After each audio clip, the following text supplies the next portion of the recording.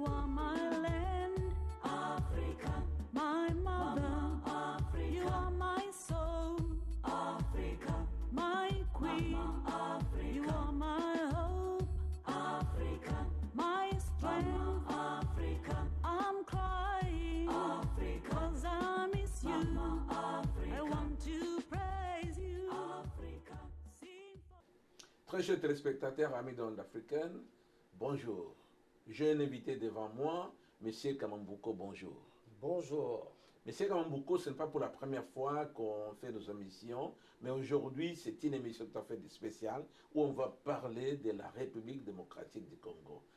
Est-ce qu'en 2018, y a-t-il eu normalement eu des élections en RDC? Oui, bon, c'est un semblant des élections parce que, bon, les élections, ça se passe avec toute la transparence possible et puis que le vainqueur doit être déclaré comme étant le vainqueur. Bon, malheureusement, je ne pense pas que c'est ce qui s'est passé. Y a-t-il été parti de la choix de la population normalement en 2018? Il y a eu le choix de la population en 2018 en la personne de Martin Fayoulou Madidi. Ok, réellement, qu'est-ce qui s'est passé? Pourquoi Fayoulou n'a peut-être pas été proclamé comme le président de la République et pourquoi le choix de Félix Antoine Tshilombo? Bon, comme on sait que il y a toujours un semblant dans un pays là où les yeux de tout le monde est braqué dessus, c'est ce qui s'est passé. Donc on a voulu mettre à la tête de la commande une personne qui aurait pu être le profil choisi des personnes ou des vautours qui ont les yeux braqués sur ce pays. Est-ce que le slogan de Kabila Rwandais n'était pas la cause pour lui de s'en débarrasser et donner le pouvoir à un Congolais? C'est un échappatoire, tout à fait un échappatoire, parce que vous voyez Kabila Rwandais, et c'est ça justement qui a conduit à ce qu'on puisse mettre un fils du pays, et donc qui pourrait peut-être atténuer, et c'est ce qui a été le cas d'ailleurs jusqu'en ces jours, que un fils de pays qui est à la tête pourrait certainement atténuer et apaiser la colère du peuple congolais. Hein. Est-ce que Monsieur, Son Excellence Félix Antoine Tshilombo avait un projet de société d'abord? Bon, si vous regardez les élections en question, enfin la période de la campagne électorale, le président, l'actuel président Félix Antoine Tshilombo n'avait pratiquement pas un projet de société à part la proclamation d'un état de droit qui était juste un suivi ou une prolongation du discours de son défunt père qui était Étienne Tshisekedi. Parle-nous un peu des maisons préfabriquées. Quand Félix Antoine Tshilombo est arrivé au pouvoir, il avait assigné qu'il va faire des maisons préfabriquées dont il y avait 48 millions de dollars qui est sorti pour ce projet. Qu'est-ce qui est arrivé? Bon, vous voyez, quand il y a des projets comme ça dans un pays comme dans les types de la République démocratique du Congo, c'est juste des projets faux semblants hein, qui consistent à ce que on gagne de l'argent et la bagatelle va être distribuée entre les commissionnaires de ce projet et une infime partie sera donc là pour essayer de démontrer un peu la preuve de ce qui est l'aboutissement de ce projet. Et c'est ce qui se passe en tout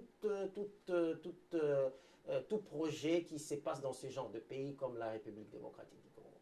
Et qui avait signé les documents pour que ce montant de 48 000 dollars puisse sortir? Est-ce que c'est Caméré ou c'est le président de la République? En bonne et due forme, nous savons très bien que c'est l'officiel de ce projet doit être le président de la République qui doit signer et parce que c'est son directeur de cabinet qui doit amener les dossiers auprès de ce président qui est en exercice. Nous avons vu à la prise du pouvoir de M. Antoine Félix Tshilombo, directement sa femme Louise Nyakere est allée au Rwanda pour aller prendre des enfants rwandais et les amener au Congo. Quelle était la raison, étant donné qu'il y a des Kuluna à Kinshasa qui n'ont pas de moyens, qui ne peuvent même pas aller à l'école? Bon, vous savez, cette histoire a fait l'objet déjà d'un Congo Diéto par Longia Congo Nemwanda Nsemi, qui a bien signifié que, voilà, écoutez, les enfants rwandais doivent rester dans leur pays. Hein. Donc, ça serait bien que ces enfants rwandais restent bien dans leur pays. Très chers téléspectateurs, nous allons prendre une pause et on vous revient dans quelques...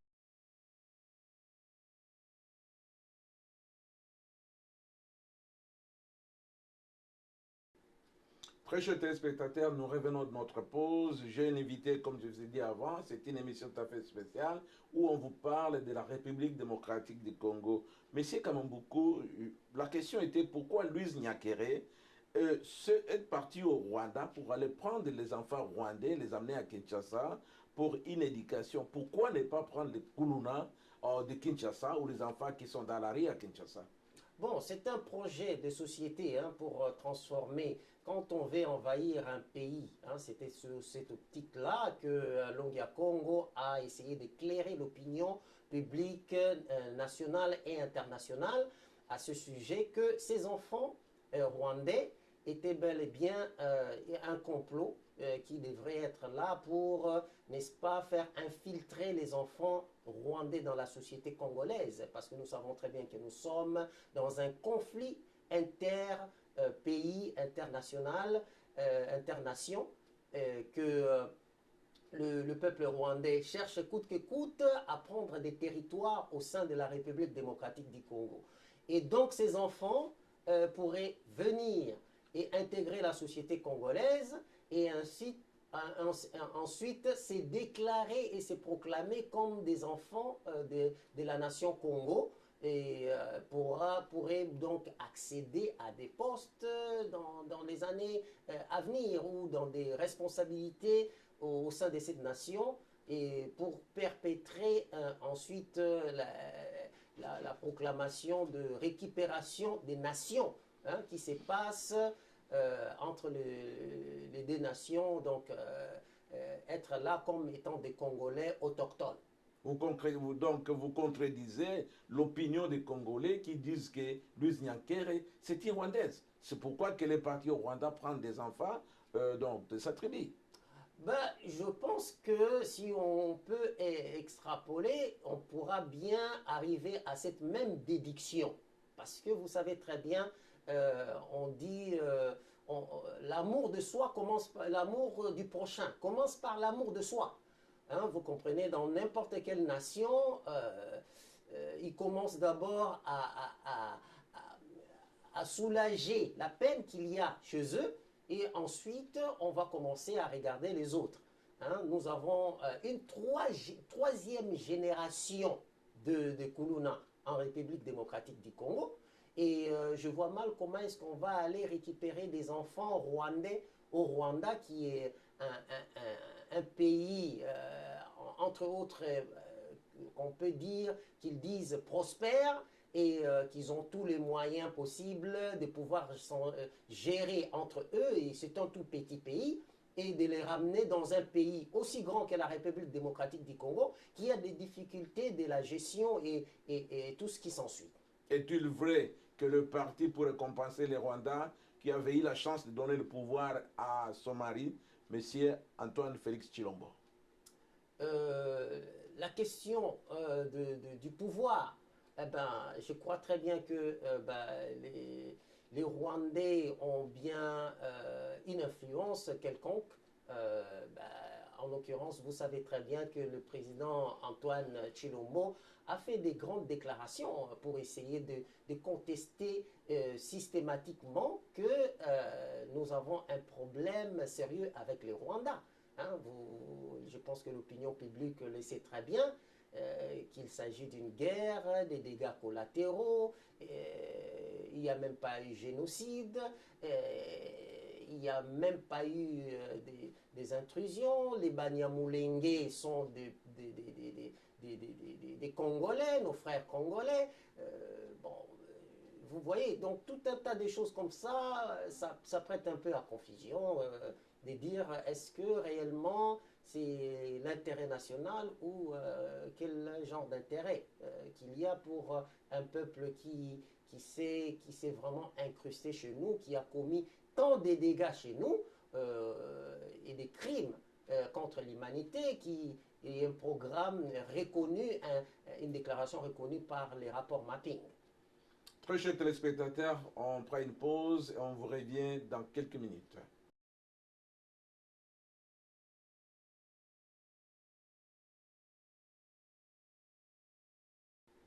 Très chers téléspectateurs, nous venons de notre pause. On vous parlait de Louise Nyankere qui est parti prendre les enfants au Rwanda pour les amener au Congo. Monsieur Kambuku, en parlant de Louise Nyankere, vous avez parlé des Banyamulenge, dont le président de la République avait réclamé que les Banyamulenge sont des Congolais. Est-il vrai que les Banyamulenge sont des Congolais? Et pourquoi? Donc, je ne pense pas qu'on peut leur attribuer la nationalité congolaise sans pour autant être des ethnies congolais. Donc, nous savons très bien que dès l'existence de la République démocratique du Congo en tant que nation, selon les congrès de Berlin, si vous vérifiez, vous allez très bien trouver que dans toutes les ethnies qui existent dans la République démocratique du Congo, il n'existe aucune ethnie qui s'appelle Banyamulenge.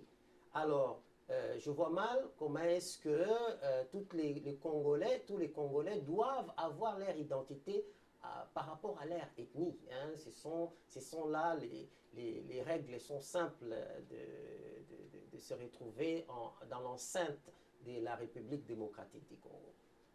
Et qu'êtes-vous des projets de M. Antoine Tshilombo de Saute-Mouton? Veuillez expliquer à nos téléspectateurs. Bon, les projets des sauts de mouton, ce sont des projets qu'on veut faire valoir, qu'on veut faire montrer à l'opinion nationale, tout comme internationale, comme étant qu'on ait fait des améliorations ou des bonnes choses par rapport à des projets de construction par rapport à la société. Malheureusement, aujourd'hui, nous voyons très bien que ça sert pratiquement à rien du tout. Ça crée de plus en plus des embouteillages. Et puis, ces projets se trouvent dans une position délabrée en ce moment. Hein? Donc, c'est-à-dire qu'on ne peut pas construire une maison qui est toute neuve et le donner à des gens à qui on n'a pas éduqué pour le maintien de cette maison. Donc, c'est la moindre des choses qu'il aurait fallu qu'on commence d'abord à éduquer la population pour les apprendre à comment maintenir les choses qui vont être pour leur intérêt, pour leur amélioration ou des bonnes conditions de leur vie. Croyez-vous que la libération des Camérés est une libération arbitraire? Bon, quelqu'un qui a commis un crime financier, hein, un officiel comme directeur de cabinet d'une présidence de la République. Hein, c'est affreux. C'est affreux d'avoir volé l'argent de contribuables et puis qui se retrouve en toute liberté dans des pays démocratiques qui donnent des leçons en Afrique, à l'Afrique. Ces genres de crimes peuvent être l'objet d'une prison à perpétuité hein, pour ces genres de personnes. C'est-à-dire qu'ils peuvent avoir plus de 100 ans de prison, par exemple, aux États-Unis d'Amérique. Donc, je ne pense pas qu'il a été libéré ou quoi que ce soit, bon, c'est une prison, un faux semblant de prison. Et c'est une libération déjà qui a été déjà à partir du moment qu'il a quitté la prison centrale de Makala. Vous savez très bien que les gens qui sont même incarcérés à Makala, ils bénéficient de ce genre de gabarits, ils bénéficient d'un privilège exceptionnel de pouvoir mener une vie assez exceptionnelle déjà en prison. Très chers téléspectateurs, on va prendre une pause et on revient dans quelques minutes.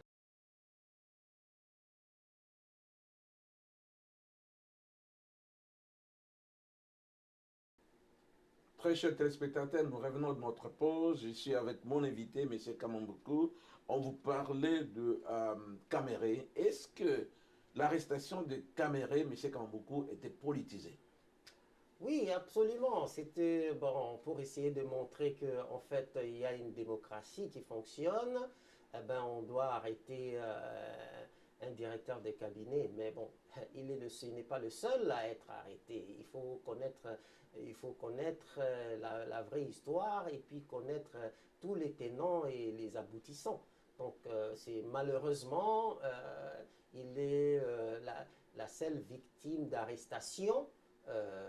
Qui fait que malheureusement que bon, il a quand même porté les grands chapeaux de ces crimes financiers. Nous allons vous parler un peu aussi du docteur Denis Mukwege, qui est un docteur très puissant en République démocratique du Congo, qui a sauvé beaucoup de femmes, qui a sauvé des enfants.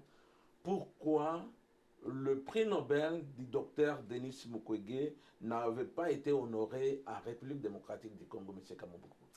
Ben, bien sûr que oui, il faudra savoir d'abord que bon, les prix, les genres de ce genre de prix, parce que ben, ça doit remonter à l'histoire et faire un clic ou à tout le peuple ou un réveil sur le plan psychologique ou du cerveau, que le peuple doit savoir que ben, il faudrait que nous soyons dans une position de défense. Et le docteur a pris son prix parce que ben, il a démontré son bravoure hein, en soignant tous les malades qui étaient victimes des abus sexuels et des crimes, des guerres, des génocides, etc. Donc, ça devrait déranger tous ceux qui ont signé les contrats pour faciliter, n'est-ce pas, cette tâche des crimes organisés en République démocratique du Congo. Et pourquoi le Rwanda ne pas compta du rapport mapping des Nations Unies? Et pourquoi Monsieur, à son Excellence Félix Antoine Tshilombo n'a pas voulu faire la poursuite de ces dossiers?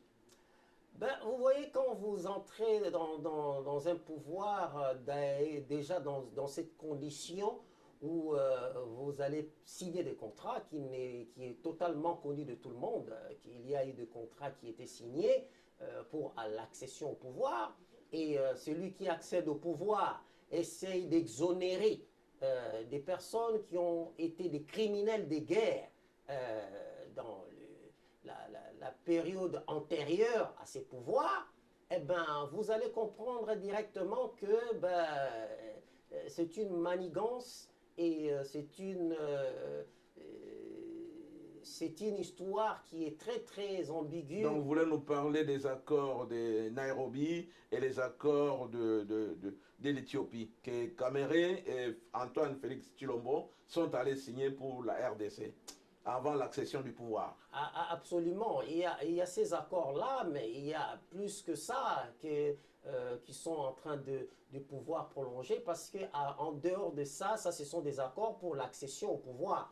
Mais il y a des accords comme les accords de Sun City et d'autres accords qui ont précédé cela, qui ont fait que bah, les criminels de la République démocratique du Congo, les criminels et les génocidaires de la République démocratique du Congo continuent à être exonérés de leurs crimes jusqu'à ces jours et se sentent même à l'aise de plus en plus parce que eh ben, l'actuel pouvoir les exonère totalement comme si rien n'était. Donc c'est un non-lieu Exactement, c'est passé dans les oubliettes, alors que nous savons que il y a eu plus des millions de morts, hein, plus que la guerre, la première guerre, la deuxième guerre mondiale, ainsi que les génocides qu'on a commis aux Juifs. Donc c'est vraiment malheureux que nous en sommes là et que nous pouvons continuer à clamer des gens qui exonèrent des criminels comme ça. Vous voyez? Monsieur Kamamboko, en tant que politologue, croyez-vous que le Congo est dirigé par les étrangers? Absolument. Vous savez que les Congos, si c'était dirigé par les Congolais, ben, il devrait y avoir une priorité aux Congolais. Il devrait y avoir une protection majeure, claire de la nation congolaise. Il devrait y avoir une éducation prioritaire pour l'ascension et le respect du peuple congolais.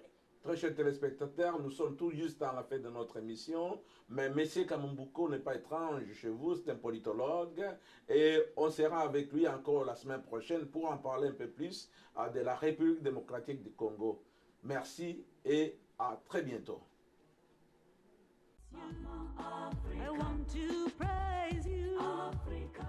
See Chuki wala fitina, tusiwe na chuki wala mawazo. Asili ya Afrika ni msamaha, asili ya Afrika ni msamaha. Bila msamaha hatusonge mbele, bila msamaha hatusonge mbele. Asili ya Afrika ni msamaha, bila msamaha